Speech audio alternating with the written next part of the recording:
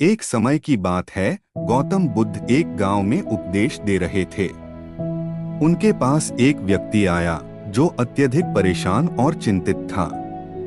उसने बुद्ध से कहा, भगवान, मैं बहुत समस्याओं से घिरा हुआ हूँ। मेरे जीवन में दुखों का अंत नहीं है। कृपया मुझे बताइए कि मेरी समस्याओं का समाधान क्या है। बुद्ध मुस्कुराए और उसे शांतिपूर्वक बैठने के लिए कहा।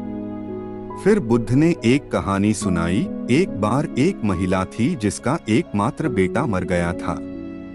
वह अत्यधिक दुखी थी और अपने बेटे को वापस पाने की चाह में इधर-उधर भटक रही थी। वह मेरे पास आई और मुझसे कहा, भगवान, मेरे बेटे को जीवित कर दीजिए। मैंने उससे कहा, मैं तुम्हारे बेटे को जीवित कर सकता हूँ, लेकिन तुम्हें एक काम करना होगा। वह महिला उत्सुकता से तैयार हो गई। मैंने उससे कहा, तुम जाओ और ऐसे घर से एक सरसों का दाना लेकर आओ जहाँ कभी किसी को कोई दुख न हुआ हो।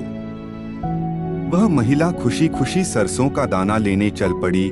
वह हर घर के दरवाजे पर जाती और पूछती, क्या इस घर में कभी किसी को कोई दुख नहीं हुआ है?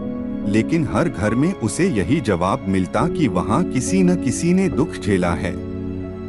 अंततः वह महिला समझ गई कि दुख जीवन का हिस्सा है और कोई भी इससे अछूता नहीं है। वह मेरे पास वापस आई और कहा, भगवान, अब मुझे समझ आ गया है कि दुख जीवन का अभिन्न हिस्सा है।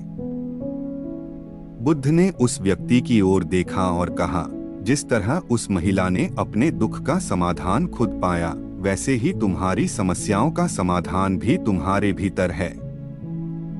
हर व्यक्ति को अपने जीवन में दुखों का सामना करना पड़ता है, लेकिन इन दुखों से भागने या दूसरों से समाधान की अपेक्षा करने के बजाय हमें अपने भीतर समाधान ढूंढना चाहिए। इस कहानी से यह शिक्षा मिलती है कि जीवन में समस्याएं और दुख स्वाभाविक हैं। हर व्यक्ति का सामना इनसे होता है, लेकिन समाधान बाहरी दुनिया में नहीं, बल्कि हमारे अपने भीतर है।